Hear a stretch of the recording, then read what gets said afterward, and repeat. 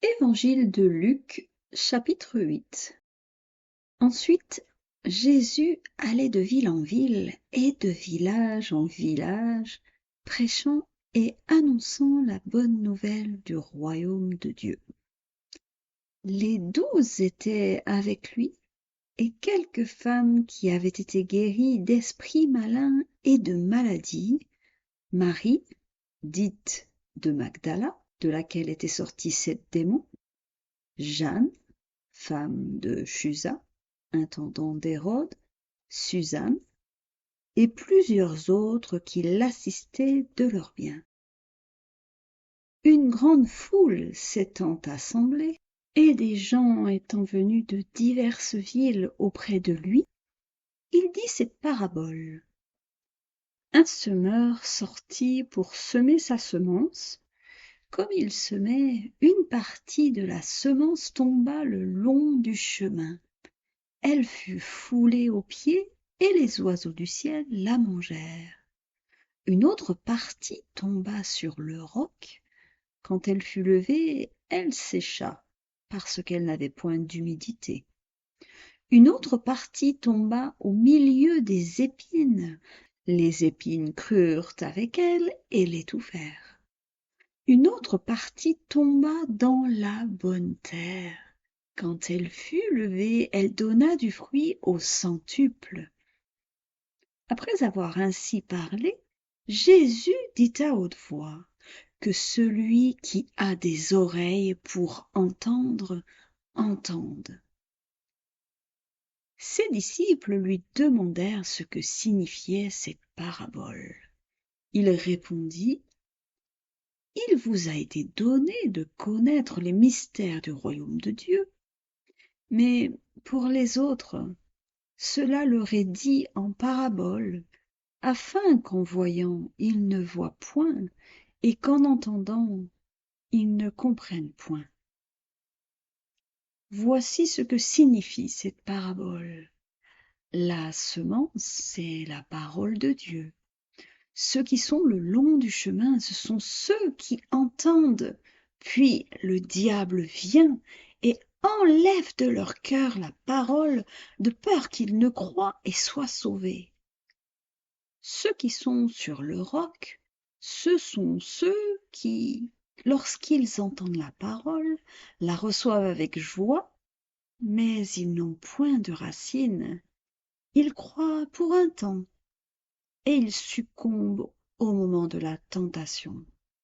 Ce qui est tombé parmi les épines, ce sont ceux qui, ayant entendu la parole, s'en vont et la laissent étouffer par les soucis, les richesses et les plaisirs de la vie. Et ils ne portent point de fruits qui viennent à maturité. Ce qui est tombé dans la bonne terre, ce sont ceux qui, ayant entendu la parole avec un cœur honnête et bon, la retiennent et portent du fruit avec persévérance. Personne, après avoir allumé une lampe, ne la couvre d'un vase ou ne la met sous un lit, mais il la met sur un chandelier, afin que ceux qui entrent voient la lumière. Car il n'est rien de caché qui ne doive être découvert, rien de secret qui ne doive être connu et mis au jour. Prenez donc garde à la manière dont vous écoutez, car on donnera à celui qui a, mais à celui qui n'a pas, on ôtera même ce qu'il croit avoir. La mère et les frères de Jésus vinrent le trouver, mais ils ne purent l'aborder à cause de la foule. On lui dit: « Ta mère et tes frères sont dehors, et ils désirent te voir. » Mais il répondit: « Ma mère et mes frères, ce sont ceux qui écoutent la parole de Dieu et qui la mettent en pratique. » Un jour, Jésus monta dans une barque avec ses disciples. Il leur dit: « Passons de l'autre côté du lac. » Et ils partirent. Pendant qu'il naviguait, Jésus s'endormit. Un tourbillon fondit sur le lac, la barque se remplissait d'eau, et ils étaient en péril. Ils s'approchèrent et le réveillèrent en disant: Maître, Maître, nous périssons. S'étant réveillé, il menaça le vent et les flots, qui s'apaisèrent, et le calme revint. Puis il leur dit: Où est votre foi? Saisis de frayeur et d'étonnement, ils se dirent les uns aux autres: Quel est donc celui-ci qui commande même au vent et à l'eau, et à qui ils obéissent? Ils abordèrent dans le pays des Géraséniens, qui est vis-à-vis de la Galilée. Lorsque Jésus fut descendu à terre, il vint au-devant de lui un homme de la ville qui était possédé de plusieurs démons.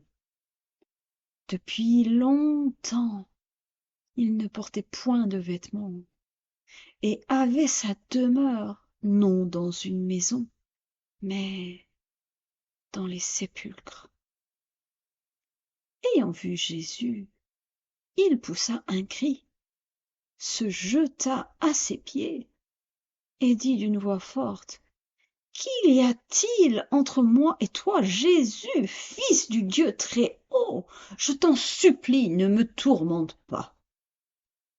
Car Jésus commandait à l'esprit impur de sortir de cet homme, dont il s'était emparé depuis longtemps. On le gardait lié de chaînes et les fers aux pieds, mais il rompait les liens. Il était entraîné par le démon dans les déserts.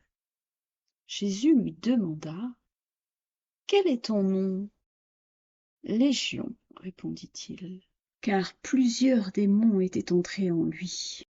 Et il priait instamment Jésus de ne pas leur ordonner d'aller dans l'abîme. Il y avait là, dans la montagne, un grand troupeau de pourceaux qui paissaient. Et les démons supplièrent Jésus de leur permettre d'entrer dans ces pourceaux. Il le leur permit. Les démons sortirent de cet homme, entrèrent dans les pourceaux, et le troupeau se précipita à des pentes escarpées dans le lac et se noya. Ceux qui les faisaient paître, voyant ce qui était arrivé, s'enfuirent et répandirent la nouvelle dans la ville et dans les campagnes. Les gens allèrent voir ce qui était arrivé. Ils vinrent auprès de Jésus, et ils trouvèrent l'homme de qui étaient sortis les démons assis à ses pieds, vêtu et dans son bon sens, et ils furent saisis de frayeur. Ceux qui avaient vu ce qui s'était passé leur racontèrent comment le démoniaque avait été guéri. Tous les habitants du pays des Géraséniens prièrent Jésus de s'éloigner d'eux, car ils étaient saisis d'une grande crainte. Jésus monta dans la barque et s'en retourna. L'homme de qui étaient sortis les démons lui demandait la permission de rester avec lui. Mais Jésus le renvoya en disant: Retourne dans ta maison et raconte tout ce que Dieu t'a fait. Il s'en alla et publia par toute la ville tout ce que Jésus avait fait pour lui. À son retour, Jésus fut reçu par la foule, car tous l'attendaient. Et voici, il vint un homme nommé Jairus, qui était chef de la synagogue. Il se jeta à ses pieds et le supplia d'entrer dans sa maison, parce qu'il avait une fille unique d'environ 12 ans qui se mourait. Pendant que Jésus y allait, il était pressé par la foule. Or, il y avait une femme atteinte d'une perte de sang depuis 12 ans. et qui avait dépensé tout son bien pour les médecins, sans qu'aucun ait pu la guérir. Elle s'approcha par derrière et toucha le bord du vêtement de Jésus. Au même instant, la perte de sang s'arrêta. Et Jésus dit, « Qui m'a touché ?» Comme tous s'en défendaient, Pierre et ceux qui étaient avec lui dirent, « Maître, la foule t'entoure et te presse, et tu dis, « Qui m'a touché ?» Mais Jésus répondit, « Quelqu'un m'a touché, car j'ai connu qu'une force était sortie de moi. » La femme, se voyant découverte, vint toute tremblante se jeter à ses pieds et déclara devant tout le peuple pourquoi elle l'avait touché et comment elle avait été guérie à l'instant. Jésus lui dit, « Ma fille, ta foi t'a sauvée, va en paix. » Comme il parlait encore, survint de chez le chef de la synagogue quelqu'un disant, « Ta fille est morte, n'importune pas le maître. » Mais Jésus, ayant entendu cela, dit au chef de la synagogue, « Ne crains pas, crois seulement, et elle sera sauvée. » Lorsqu'il fut arrivé à la maison, il ne permit à personne d'entrer avec lui, si ce n'est à Pierre, à Jean et à Jacques, et au père et à la mère de l'enfant. Tous pleuraient et se lamentaient sur elle. Alors Jésus dit, « Ne pleurez pas, elle n'est pas morte, mais elle dort. » Et ils se moquaient de lui, sachant qu'elle était morte. Mais il la saisit par la main et dit d'une voix forte, « Enfant, lève-toi. » Et son esprit revint en elle.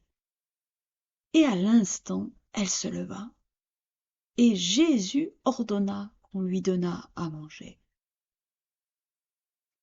Les parents de la jeune fille furent dans l'étonnement, et il leur recommanda de ne dire à personne ce qui était arrivé.